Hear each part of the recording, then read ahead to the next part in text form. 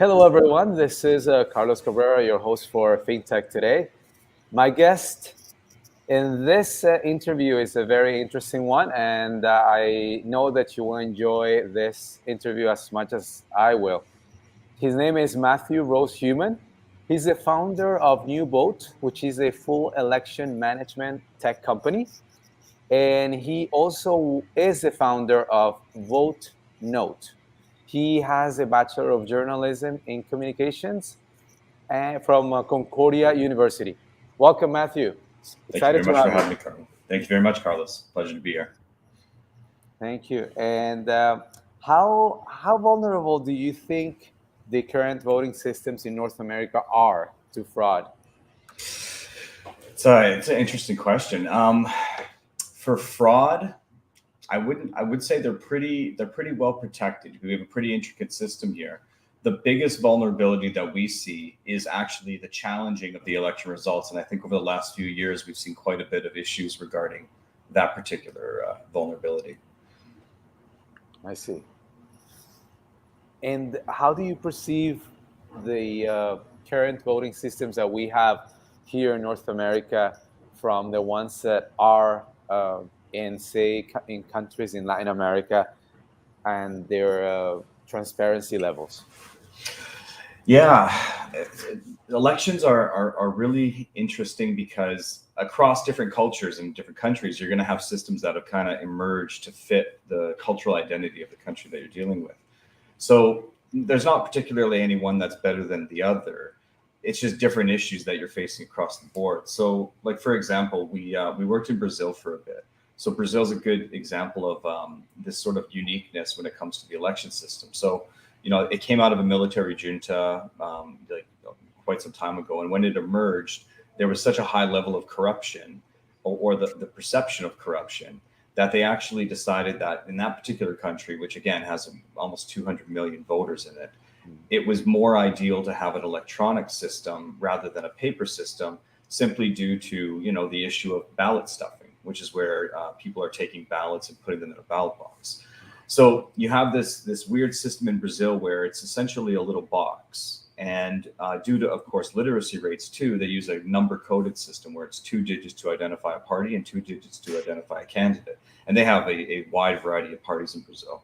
So they have this system that both fits the literacy level for the wide variety of Brazilian citizens, and at the same time, it also fits the unique sort of mitigating of vulnerability aspect, which is where everything is tabulated electronically. So where you may be able to manipulate a ballot box by stuffing fake ballots in, the electronic system, it just increases the level of sophistication for actually hacking the system, because again, now you're not changing paper, you're actually changing the bits that are encoded on the machine.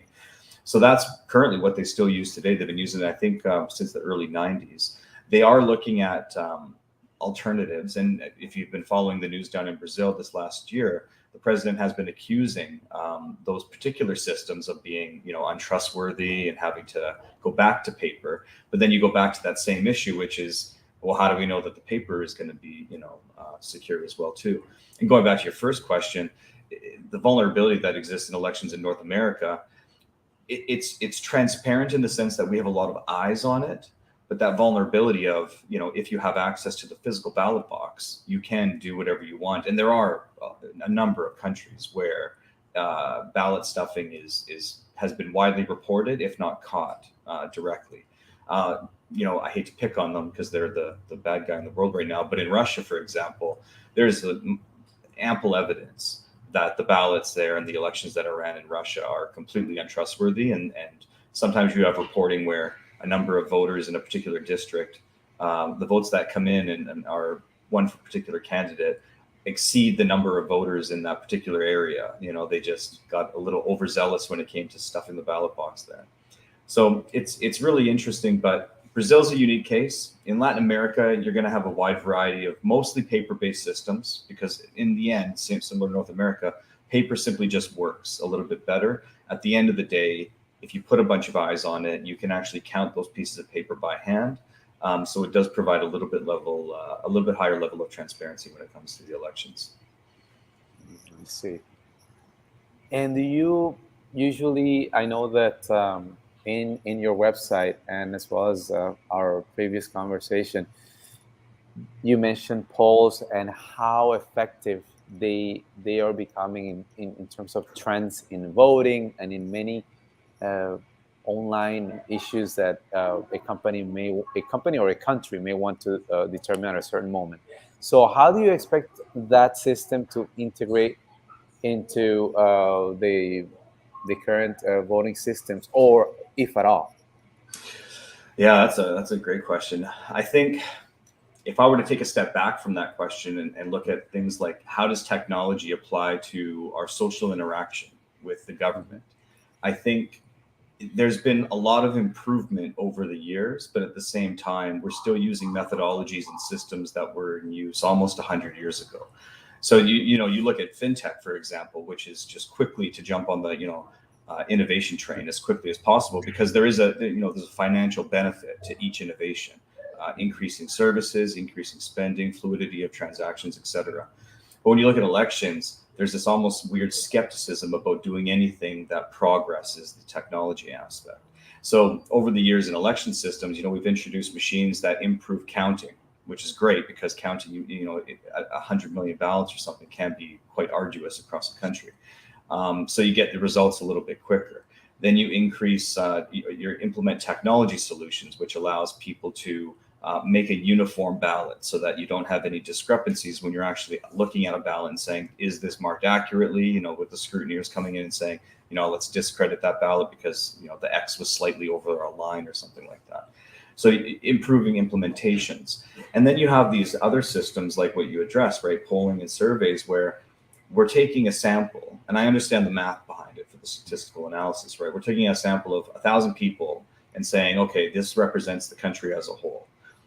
It makes sense. Some mathematician somewhere can easily explain why it makes sense. But then you start looking at some of the correlating factors, like where are these people coming from? Are they self-selected? Am I volunteering to give my opinion? Or am I simply, getting a phone call? And then you go back to the phone call issue where it's like, well, are they calling a cell phone or are they calling a landline? Because I'll tell you right now, at least with the millennial generation, I've never owned a landline in my life. I have no idea who's receiving these phone calls, right? I've received calls regarding polls, but I'm pretty sure that either that was it was a little bit skeptical, and a lot of people probably will listen to a phone call saying, hey, we want to conduct a survey, and immediately hang up. And that's, a wide representative, again, anecdotally, it's a wide representative of the current generation. So when you hear a poll that says, X number of Canadians or X number of Americans support this particular issue, you start looking at where are you getting these things from.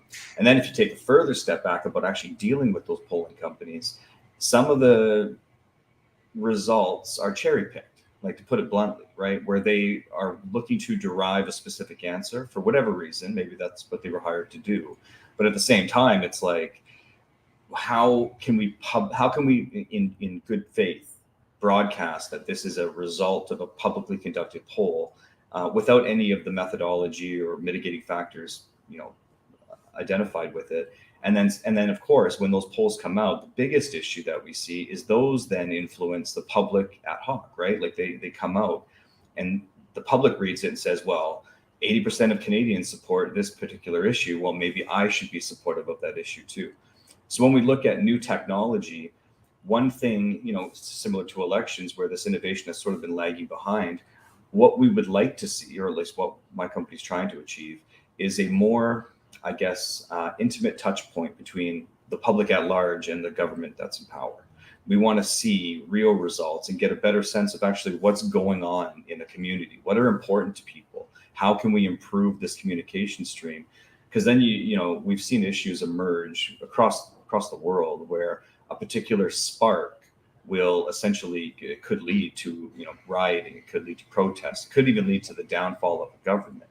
So we feel that it's in all stakeholders' best interest to have a more optimized communication channel. And that's one thing where we do feel that technology can really help address this. Like you see the innovation that we've seen, good and bad, with social media. The potential for addressing the communities, addressing the actual people in the world is insane. It's absolutely phenomenal what we've been able to achieve as a human species. what we've done with this technology is mostly to serve more targeted ads. And we think that, maybe there's a different way, and maybe we can take this same implementation and make it a little bit better for the world at large. Yeah. Nice. And in terms of having a better communication, I know that this will evolve in the next few years. What are the what would you say are the few basics in the next 5 years that will improve that communication to make it more uh, feasible and more fluid between governments and say their own electors? Or I think the most important thing that we're going to see right now, and this is actually something that where Web3 technology really is of interest to me, is the transparency angle, right? If we think about how blockchain was created or popularized to become more as an option to make financial systems more transparent, like hey, what if we could see every bank transaction publicly and see where the money's going in and out?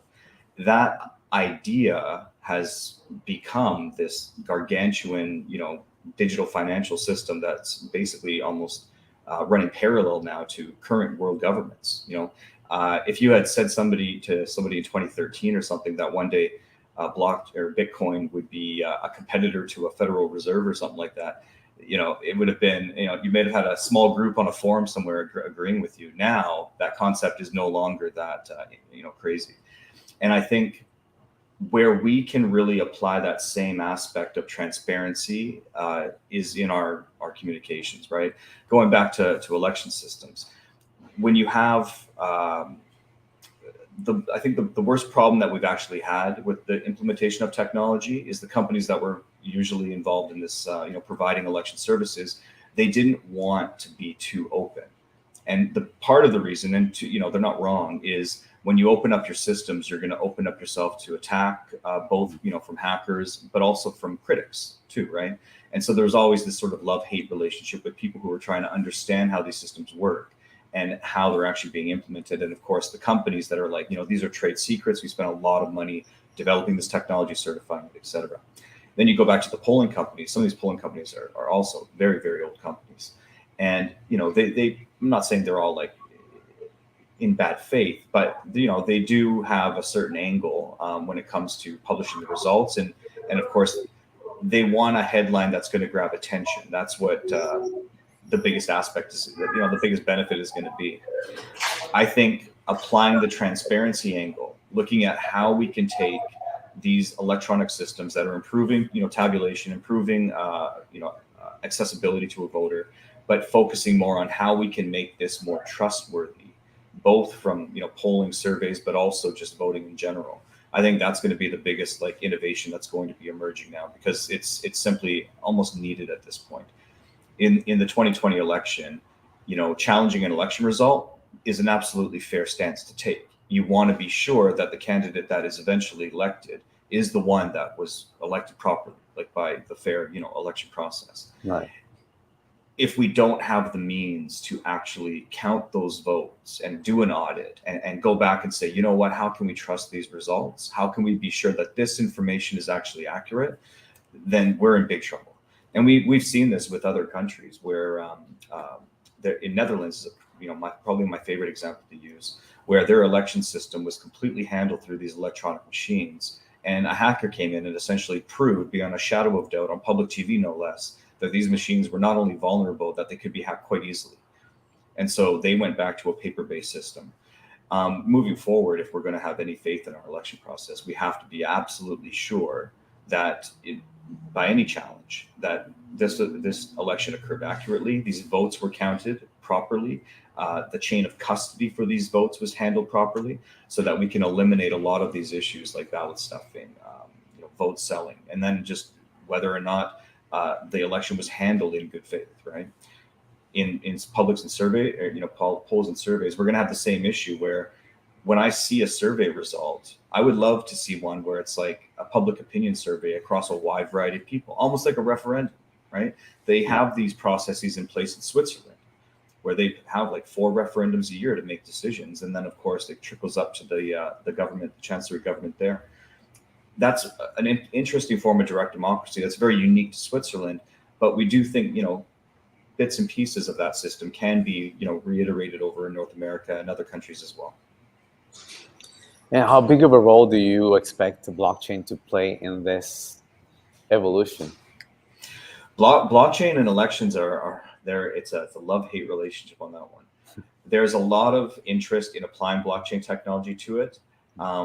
Funny enough, though, like the core aspect of applying a blockchain to a voting process gets a little bit controversial. So the benefits, if you go back to like Satoshi's original white paper, and he says quite explicitly, decentralized systems are the benefit, or one of the main benefits of applying a blockchain. Again, going back to the transparency, being able to see all these transactions on the ledger. Applying that to voting, it doesn't actually work that well because it introduces another complexity, which is you don't necessarily want to see every transaction. The way that elections are currently handled and have been handled for quite some time is a ballot goes into a box and then it's unpackaged at a later date. So in online voting currently, we've kind of replicated that system by applying a digital ballot box to the formula. When it comes to blockchain, though, if you see somebody vote and then you see the result of that vote almost immediately, that introduces another vulnerability. And then if you have a fully decentralized system, you do introduce vulnerabilities like the classic 51% attack. So if you go back and say, okay, we're going to centralize the nodes, we're going to change the implementation, you're actually losing the benefit, and you're actually creating a system that we already kind of exist today. And then if you go back to that and say, well, we're introducing multiple verification nodes that can be applied to this so that we can trust the system. Now you've just introduced 12, 24, whatever, how many nodes that have to be secured from attack versus having a centralized system. So when it comes to that core process, blockchain is a little bit, it's a touch and feel. Maybe there's a good implementation, but we haven't yet seen one that's truly bringing the benefits of a true decentralized, transparent blockchain to the voting process. But caveat always is there's a lot of innovation that can be applied, because elections are not just as simple as taking a vote and moving it into a ballot box. There is a whole workforce around that system where transparency and very, very transparent open networks can be applied. If you think about like an election in Canada, for example, $800 million to cast to tabulate the votes of around 38 million people. So if you think about that, that's like $25, $30 per vote, roughly, give or take. And that's taken into account leasing properties, hiring poll workers, technology implementation. Even at federal government, they don't really use it. But there is an infrastructure system for reporting those results that have to be built, and those lines have to be secured, et cetera. So there's this whole business around running an election where we can apply more open and transparent, systems. And I do think blockchain has a clear role in providing that, for sure. Great. Well, that definitely adds more perspective to the current talk about including blockchain into every voting system, and they definitely, as you say, it adds complexities to it. So to wrap it up, I'd like to touch upon your future plans and your expectations for these ventures that you are involved in. Yeah, well, we're looking at implementing our blockchain solution into a few of our components for sure. So that's of interest to us. There's a great conference going down in Washington actually about I think it's called the Global or Government Blockchain Association, where they're actually having these much deeper conversations about applying it. It's there's a conference actually I'm heading to in Austria, a famous one. I implore anyone to check it out if you really want to deep dive into the interesting niche world of online voting. It's called Evote ID, and it's held in Bregenz, Austria, once a year. And it brings together critics, academics, the companies, countries in a really unique way, really intimate setting where we actually discuss these topics in detail. And it's we're all imagine putting somebody who just publicly shamed your company in the New York Times in the same room as the company that was shamed, right?